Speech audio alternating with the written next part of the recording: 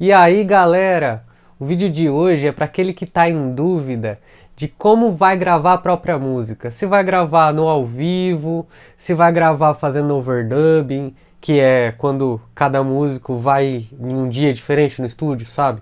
Ou se vai programar tudo no computador, ou até mesmo se vai fazer de uma maneira mista, né? Vai programar um pouquinho, chamar um músico para gravar aqui, fazer uma parte ao vivo e depois compor. Isso aí tudo depende e eu vou ajudar vocês a esclarecer essas ideias aí para planejar a sua próxima gravação. Então, a primeira coisa a se considerar é o estilo musical. Então, por exemplo, se você é um músico de jazz, de samba, de choro, é muito provável que você não vá utilizar instrumentos programados ou a gravação de overdubbing não vai chegar no resultado que você deseja, porque são estilos que naturalmente exigem aquela coisa, aquela pegada de tocar ao vivo, sabe? O olho no olho, aquele feeling, aquela sincronização de todo mundo tocando junto e tal. Isso é muito difícil, impossível praticamente, de você reproduzir isso no overdubbing ou programando. Então, se você tá nesse estilo musical, é bem provável que você não vai querer gravar nem overdubbing e nem programar os instrumentos, porque não vai chegar no resultado que você deseja, o resultado das suas referências musicais. Tá. E se você é um artista, sei lá, do trap? Aí já a coisa já muda de figura, porque trap, música eletrônica, no geral, os instrumentos são programados. Alguns de sintetizadores também, a gente usa bastante recursos eletrônicos, né? Nesse estilo mais computadorizado, digamos assim. Tem até os casos de você pegar vozes humanas e modificar essas vozes para que elas fiquem mais robotizadas. Então, se o seu estilo musical for mais puxado para esse lado, é muito legal você abusar das programações em computador, usando instrumentos virtuais e usando todos os recursos tecnológicos computadorizados possíveis, né? É claro que encaixando dentro da sua referência musical para fazer o seu trabalho. Já tem o caso do overdubbing, que é o caso, por exemplo, de música sertaneja, a música pop no geral, quando tem uma gravação de um violão, guitarra, esse tipo de coisa, atualmente é tudo feito em overdubbing. E normalmente na música pop você tem um misto de overdubbing e de instrumentos programados em computador. Então você faz os overdubs e complementa isso com instrumentos programados e vice-versa. Existe uma outra postura também, que é você captar a gravação ao vivo e compor com instrumentos virtuais e overdubs. Que aí no caso, normalmente isso é feito em DVDs, né? Você grava alguns overdubs antes, de violões, etc. E grava na hora do DVD as vozes, as coisas que não dá para replicar no estúdio, né? E compõe isso com alguns instrumentos virtuais para preencher. Então depende muito daquilo que você vai fazer, beleza? Então, isso já esclareceu a questão do estilo, mas a gente tem que pensar uma outra coisinha, né? Você tem o seu orçamento, então, às vezes, o seu orçamento não é suficiente para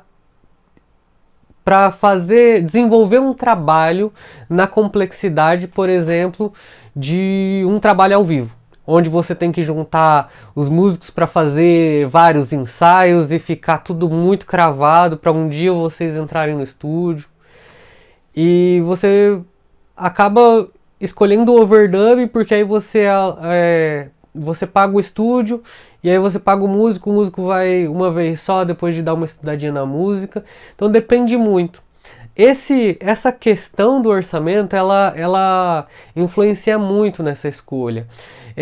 A gravação ao vivo costuma ser uma gravação que, para o estúdio, ela sai mais barata pagar o estúdio para fazer. Mas para para executar os músicos, exige muito dos músicos que hajam muitos ensaios e tal. E isso custa para a banda que façam vários ensaios num lugar próprio. Isso custa para o artista que às vezes vai precisar pagar vários músicos para fazer vários ensaios. Então, tudo depende muito do orçamento e dos contatos que você tem. No caso da programação de computador, já é uma outra questão no orçamento. Então, a programação de computador não necessariamente sai mais barata do que pagar os músicos. Isso tudo depende de quem vai fazer essas programações, qual que é o nível de domínio que essa pessoa tem. Mas o importante é que o orçamento ele tem um papel fundamental nessa escolha entre gravar ao vivo, gravar overdub, que é todo mundo separado, cada um dia no estúdio, ou fazer as programações do computador. Particularmente, eu tenho usado muito o overdubbing somando com as programações do computador. Mas eu acho interessante conhecer todas as possibilidades e adequar o seu orçamento para aquilo que você quer fazer e para aquilo que o seu trabalho pede que faça, o que está de acordo com a sua identidade. Beleza. O orçamento tem muito a ver com a equipe, né? E além da equipe, a agenda. Porque o que acontece? Vamos lá. Para gravar ao vivo, a gente precisa agendar, por exemplo, vários ensaios. Os músicos que trabalham com você, eles podem demandar, sei lá, da agenda deles 3 dias por semana de ensaio para fazer a gravação. Porque fica muito difícil ensaiando poucas vezes. Uma vez por semana é pouco para fazer o ensaio de gravação. Precisam fazer ensaios, vários ensaios para que tudo fique certinho. E provavelmente, um pouco antes da gravação, intensificar essa rotina de ensaios para que tudo dê certo. Então, é bem provável que com um orçamento baixo fique difícil fazer, além de que, mesmo com um orçamento mais alto, se a agenda de todo mundo não bater, vai ficar muito complicado fazer uma gravação ao vivo. No caso de uma gravação em overdub, você consegue agendar com músico por músico. Ou seja, eu tô lá, eu preciso gravar um violão, então eu só chamo o violonista para gravar. Então eu só preciso da agenda do estúdio e do violonista. Ou só preciso da agenda do estúdio, do produtor e do violonista. E a minha agenda, se eu quiser estar na gravação, às vezes eu quero. Então eu preciso, são menos pessoas para encaixar essa agenda. Então a gravação de overdub torna o trabalho mais fácil de executar ao longo do tempo, porque eu não tenho que juntar muitas pessoas em um mesmo lugar ao mesmo tempo.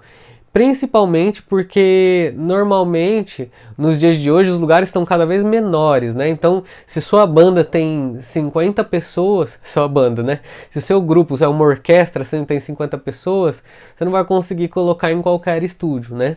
Ou se sua banda tem, às vezes é uma banda grande, tem 10 pessoas na banda, vai ficar difícil também ir num estúdio pequeno, vai ser um estúdio maior.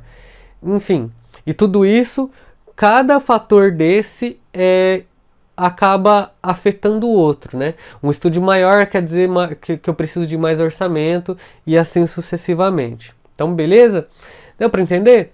Então, assim, o que eu tenho para falar no vídeo de hoje a gente tem muitos fatores para considerar se a gente vai gravar ao vivo, se a gente vai gravar overdubbing ou se a gente vai programar os instrumentos. O fato é que a gente precisa usar todos esses recursos a nosso favor.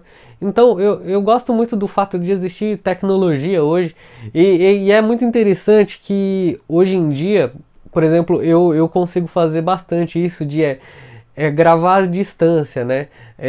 Eu tenho músico em São Paulo, tem músico em Minas, em outro estado. Eu ligo pra ele e falo assim, hoje é no WhatsApp, né? Não é nem ligar. Combina um dia e aí a gente consegue marcar uma gravação, eu consigo dirigir a gravação, a pessoa lá em outra cidade e eu aqui. E isso é muito legal porque, inclusive, influencia na agenda, não precisa de deslocamento. Então, a gente precisa aproveitar essas questões de tecnologia para conseguir executar o trabalho da melhor maneira possível e conseguir a melhor equipe, né, para o nosso trabalho. Beleza? O que eu tenho para falar hoje é isso e até o próximo vídeo.